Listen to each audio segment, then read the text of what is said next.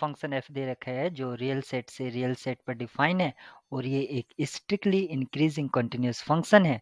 अगर A N कोई sequence है कि जो कि 0 1 में बिलोंग करती है तो हमें बताना है कि एफ ए एन क्या होगा, यानी कि इंक्रीजिंग होगा सीक्वेंस, बाउंडेड सीक्वेंस होगा, कन्वर्जेंट होगा या नॉट नेसेसरली बाउंडेड।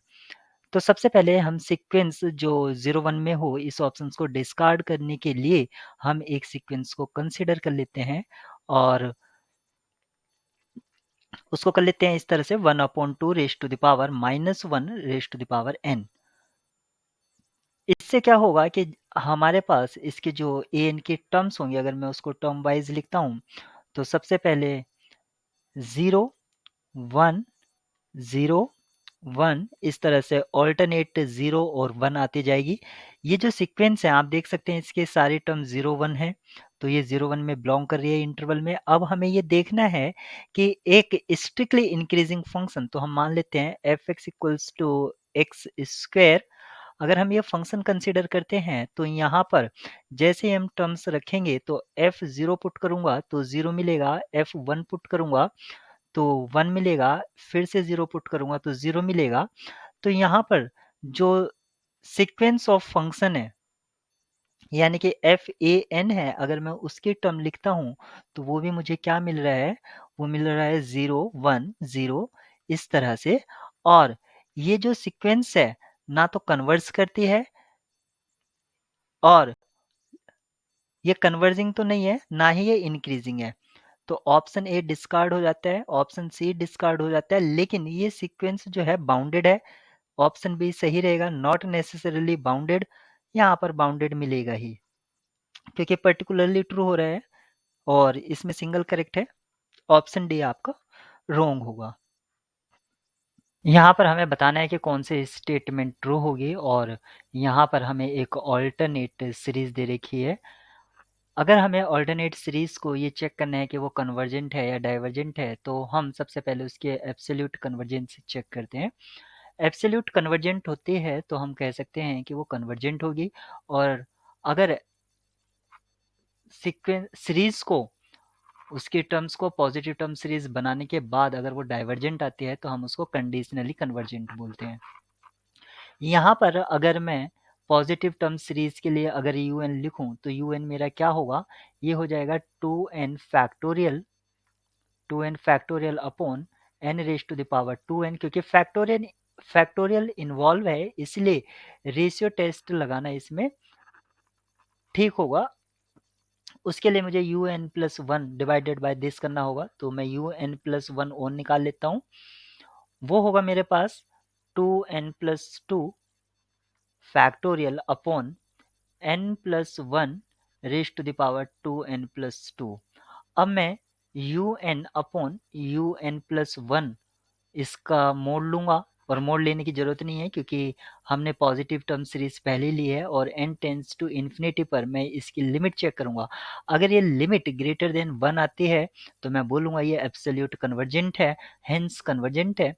अदरवाइज मैं इसको कंडीशनली कन्वर्जेंट कहूंगा। तो सबसे पहले u n upon u n plus one क्या होगा, ये मुझे मिलेगा 2n factorial upon n raise to the power 2n into यहाँ से मुझको मिलेगा n+1 raise to the power 2n+2 upon 2n+2 factorial. इसको सिंप्लीफाई करता हूँ मैं तो मुझे क्या मिलेगा सिंप्लीफाई करने पर,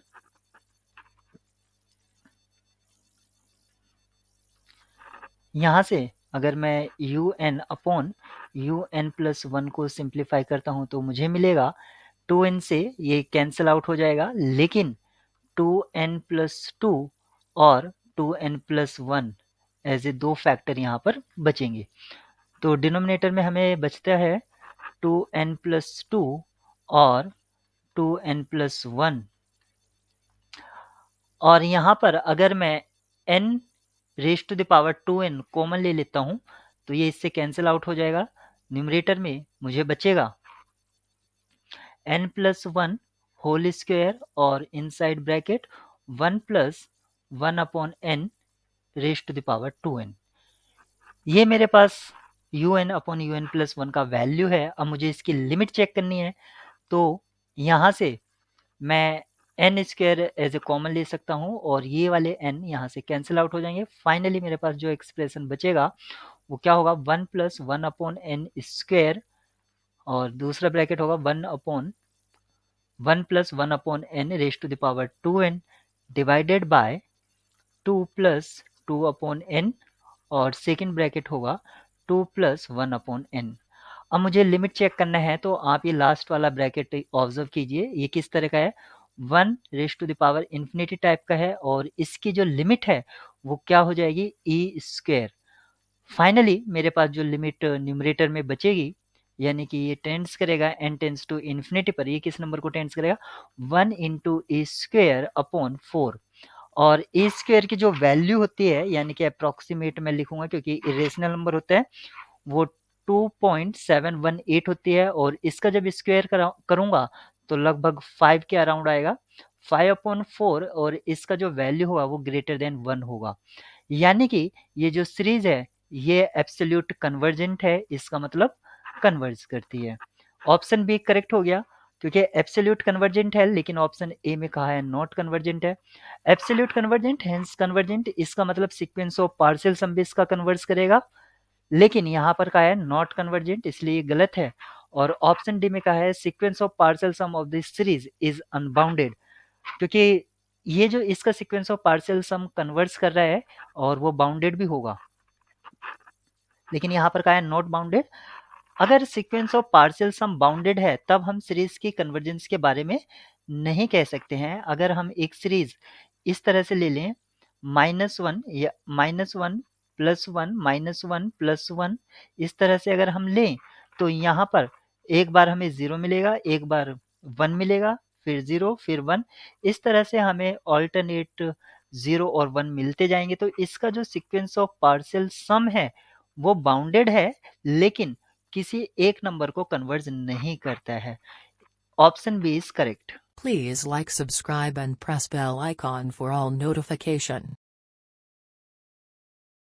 एक डिफरेंशियल इक्वेशन दे रखी है और उस डिफरेंशियल इक्वेशन का जो सॉल्यूशन है उसका हमें इस कॉम्बिनेशन के साथ लिमिट निकालना है, e raise to the power -t Y t, क्योंकि सॉल्यूशन को हमने वाई टी कहा है जब t इन्फिनिटी को टेंड्स करेगा। तो सबसे पहले हम सॉल्यूशन निकालते हैं। जो डिफरेंशियल इक्वेशन है y double prime plus 4y equals to 2e raise to the power t है, इस इक्वेशन के लिए हम सबसे पहले ऑक्सिलरी इक्वेशन लिखेंगे इन टर्म्स ऑफ m। तो ये हो जाएगी m square plus 4 equals to 0। यहाँ से m की जो वैल्यू आएगी वो प्योरली इमेजिनरी आएगी, +-2 आयोटा। और इसके लिए अगर हम कॉम्प्लीमेंट्री फंक्शन लिखते हैं तो हमारा सी एफ यानी कि कॉम्प्लीमेंट्री फंक्शन क्या हो जाएगा, वो होगा C1 cos 2t plus C2 sin 2t। ये हमारा कॉम्प्लीमेंट्री फंक्शन हो गया है। अब हमें राइट हैंड साइड 0 नहीं है, तो उसके लिए हमारे पास पर्टिकुलर इंटीग्रल एग्जिस्ट करेगा। आप देख सकते हैं राइट हैंड साइड में जो दे रखा है e raise to the power ax, इस टाइप का है। इसके लिए पर्टिकुलर इंटीग्रल कैसे लिखते हैं, this upon F T F D, और डी को आप रिप्लेस कर देते हैं ए से, अगर एफ ए 0 नहीं है तो यहाँ पर सबसे पहले हमारे पास एफ डी जो हमारे पास है वो क्या है, डी स्क्वायर प्लस 4। अगर यहाँ पर ए का वैल्यू मैं 1 पुट कर दूं तो ये क्या मिलेगा मुझे, 1 स्क्वायर प्लस 4 यानी कि 5 वैल्यू मिलेगा। तो पी आई हमारा यहाँ से क्या मिलेगा, 2 times E raise to the power 2t upon 5, यानी कि 2/5 E raise to the power t। तो जनरल सोल्यूशन बाई टी हमारे पास अब क्या हो जाएगा, ये होगा C1 cos 2t plus C2 sin 2t, और प्लस पर्टिकुलर इंटीग्रल यानी कि 2/5 E raise to the power t। अब हमें लिमिट निकालनी थी, expression limit e raise to the power -t Y T. तो जब हम इसमें e raise to the power -t से मल्टीप्लाई कराएंगे तो क्या एक्सप्रेशन मिलेगा हमें, C1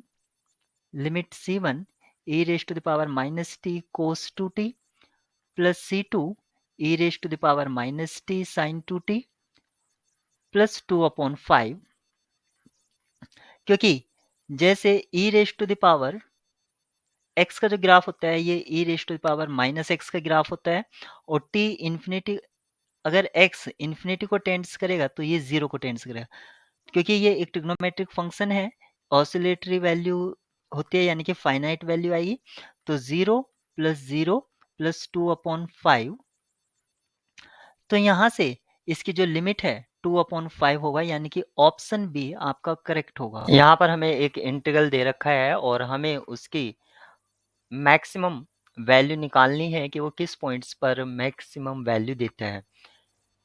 तो यहाँ पर फॉर पॉसिबिलिटी आपको दे रखी है। सबसे पहले इंटीग्रल जो है वो x to y 6 minus T square D T दे रखा है, और यहाँ पर लिमिट में आप देख सकते हैं x और y यूज हुए हैं, यानी कि यहाँ पर अगर इसको सिंप्लीफाई करते हैं तो हमें फंक्शन ऑफ एक्स वाई मिलेगा। और यहाँ से अगर मैं पार्शियल f निकालता हूँ, यानी कि इसमें लेबनिज रूल का यूज करके तो मुझे अपर लिमिट का यूज करते हुए फंक्शन इंटीग्रेंड फंक्शन में y पुट करना होगा, यानी कि 6 माइनस वाई स्क्वायर और फिर y का इंटीग्रेशन यानी कि 1। ठीक इसी तरह मैं fx भी निकाल सकता हूँ। यहाँ से fx जो हो जाएगा वो होगा आपका 6 माइनस एक्स स्क्वायर, क्योंकि x आपका लोअर लिमिट है तो आउटसाइड माइनस आ जाएगा, और इसको मैं लिख सकता हूँ x square plus x minus 6, और यहाँ से आपको सेम मिलेगा, यानी कि 6 माइनस वाई स्क्वायर। आप इसका इंटीग्रेशन भी सॉल्व कर सकते हैं। इंटीग्रेशन इसका बहुत ही आसान है, क्योंकि यहाँ से मिलेगा हमें 6t minus T square upon 2 minus T cube upon 3, और जो हमारी लिमिट है x टू y है, अगर आप लिमिट पुट करते हैं तो क्या मिलेगा 6 y minus X minus 1/2 y minus x का whole square minus 1/3 y minus x का होल क्यूब। ये आपका फंक्शन ऑफ एक्स वाई आ गया है, और यहाँ से भी आप एफ एक्स और एफ वाई निकाल सकते हैं। फिर जो एफ एक्स है उससे आप एफ एक्स एक्स निकालेंगे, यानी कि तो वो क्या मिलेगा आपको, वो मिलेगा 2x+1, और ठीक इसी तरह एफ वाई वाई निकालेंगे, एफ वाई वाई आपको मिलेगा -1 माइनस के 2y। सिमिलरली आप यहाँ से एफ एक्स वाई निकालेंगे तो एफ एक्स वाई आपका 0 हो जाएगा। अगर आपको मैक्सिमा मिनिमा चेक करना है तो आपको चेक करना होगा ये साइन, यानी कि f x x into f y y minus f square x y, इसका साइन चेक करते हैं। तो सबसे पहले हम क्रिटिकल पॉइंट्स फाइंड आउट कर लेते हैं, क्योंकि सारा कुछ हमें क्रिटिकल पॉइंट्स पर चेक करना है। तो क्रिटिकल पॉइंट्स वो वाले पॉइंट्स होते हैं जहां पर पार्शियल डेरिवेटिव क्या तो जीरो होते हैं या एग्जिस्ट नहीं करते, यानी कि एफ एक्स और F y equals to zero. अगर हम f x equals to zero put करते हैं इसका मतलब हुआ x square plus x minus 6 equals to zero, और इस इक्वेशन के रूट्स होते हैं एक्स इक्वल्स टू -3, 2। सिमिलरली अगर मैं f y equals to zero put करता हूं तो यहाँ से मुझे क्या मिलेगा 6 minus y square equals to zero, और यहाँ से y के रूट -3, 2। तो हमारे पास क्रिटिकल पॉइंट्स आ गए हैं -3, -3, -3, 2, 2, -3 और 2, 2। ये 4 क्रिटिकल पॉइंट्स आ गए हैं, और इन क्रिटिकल पॉइंट्स पर हम एक टेबल को कंपोज कर लेते हैं ताकि हम इजीली से वेरीफाई कर पाएं। तो सबसे पहले यहाँ पर क्रिटिकल पॉइंट, उसके बाद फिर हम एफ एक्स एक्स देखेंगे, फिर एफ वाई वाई, उसके बाद हम देखेंगे एफ स्क्वेयर एक्स वाई, और फिर f x x into f y y minus f square x y, और यहाँ पर क्या कंक्लूजन रहा उसको हम यहाँ पर देखेंगे।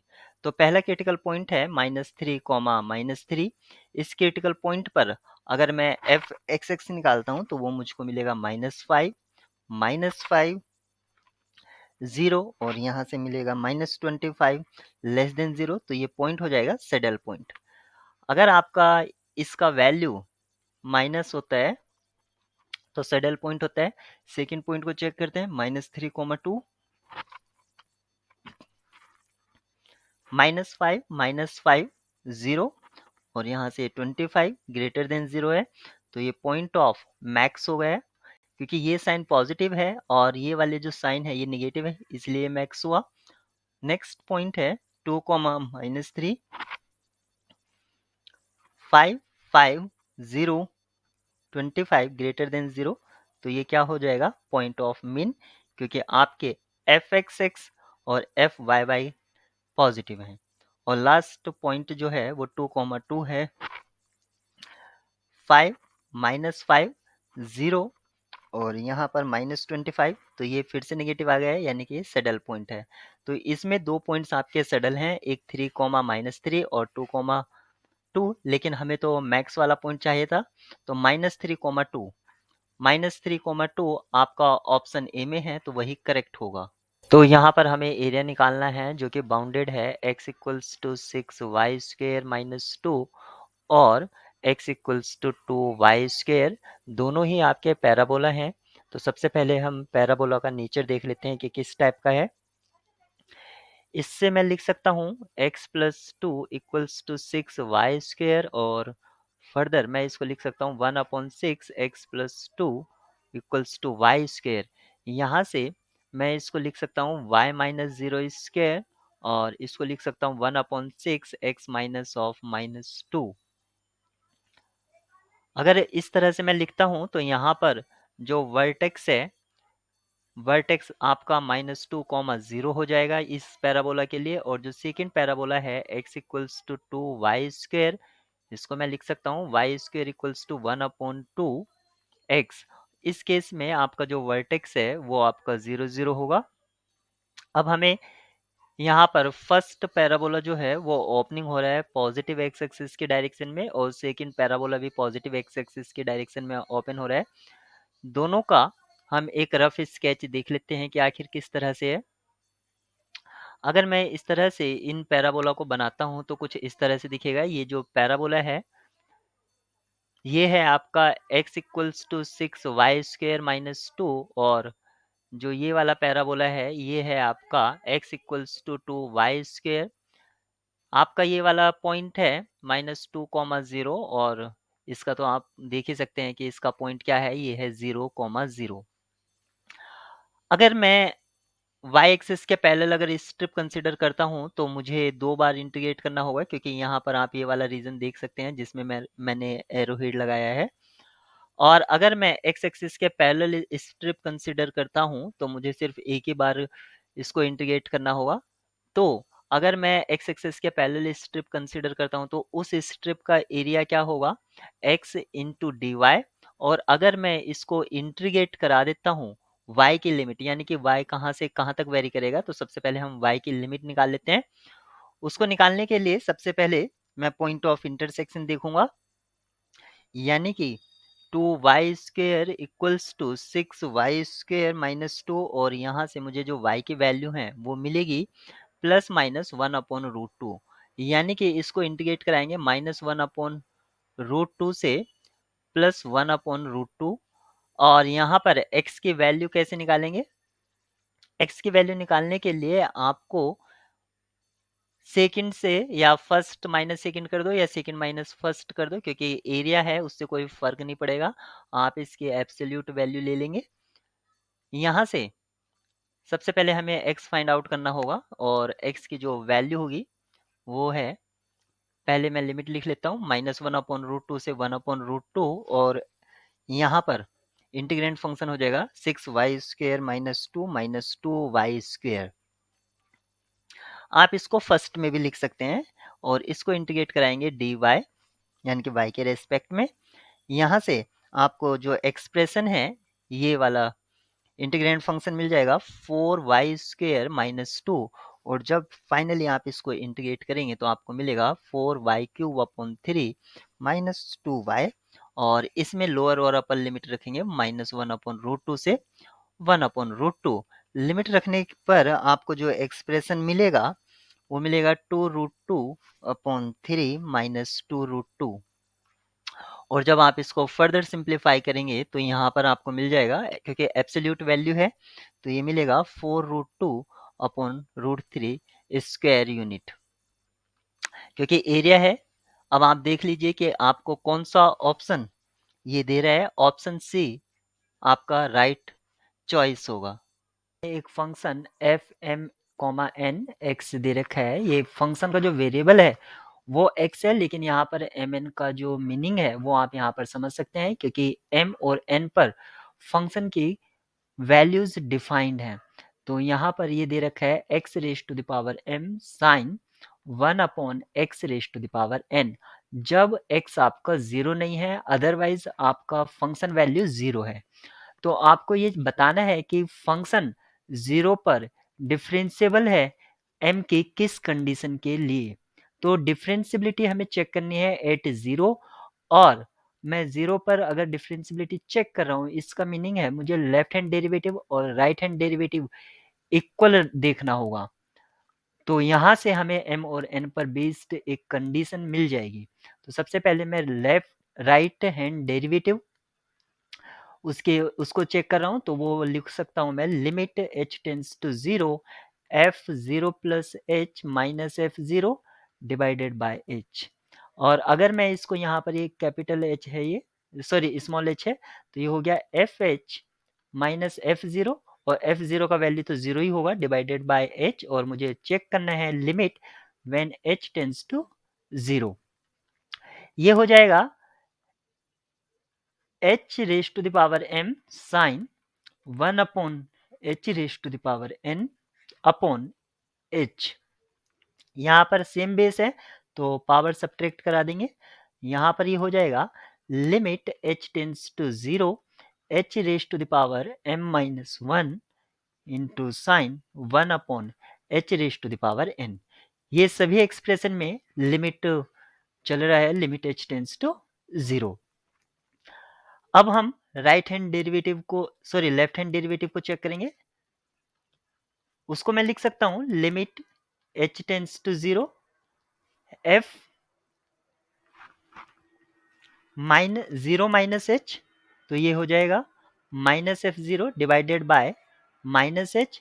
और जब मैं इसको लिखूंगा तो ये हो जाएगा limit h tends to zero f of minus h minus zero, और ये जीरो वैल्यू रहेगी, तो इसको लिखे या मत लिखे कोई फर्क नहीं पड़ेगा, डिवाइडेड बाय माइनस एच। यहाँ से हमें फंक्शन की जो वैल्यू मिलेगी वो क्या होगी, minus h raise to the power m into sine 1 minus h raise to the power n, और डिवाइडेड बाय एच था, सॉरी माइनस एच था, वो मैंने यहाँ पर लिखा। और इस एक्सप्रेशन की लिमिट चेक करना है जब h जीरो को टेंड्स कर रहा हो। सेम बेस है, पावर आप सब्ट्रैक्ट कर सकते हैं। तो इसको मैं लिख सकता हूँ limit h tends to zero minus h raise to the power m minus 1, और ये हो जाएगा साइन 1 माइनस एच मैंने यहाँ से कॉमन लिया, sorry minus 1 raise to the power n, और ये लिख सकता हूँ मैं h raise to the power n। इस माइनस 1 को मैं ऊपर की साइड में ले जाऊंगा, तो ये क्या हो जाएगा, ये हो जाएगा minus 1 raise to the power minus n, और into 1 raise to the power n, sine आपका आउटसाइड ही रहेगा। तो इस तरह से मैं इसको लिख सकता हूं। तो इस ब्रैकेट को मैं इससे रिप्लेस करूंगा। फर्दर इस कैलकुलेशन को सिंप्लीफाई करने के लिए मैंने लिखा limit h tends to zero minus h raise to the power m minus 1 sine minus 1 raise to the power minus n into 1 h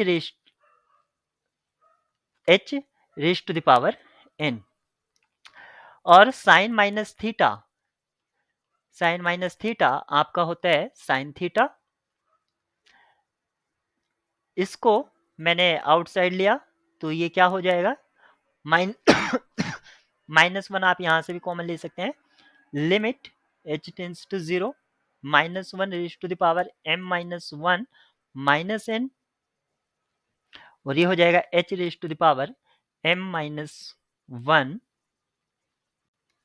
sign 1 h raise to the power n। अब हमारे पास ये हमारी left hand limit आ गई है, और right hand limit हमारी आई थी limit h tends to 0 h raise to the power m minus 1 into sine 1 upon h raise to the power n।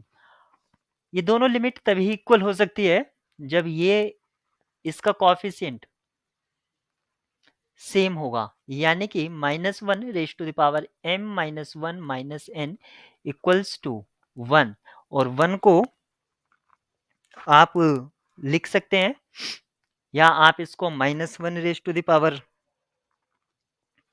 0 भी लिख सकते हैं।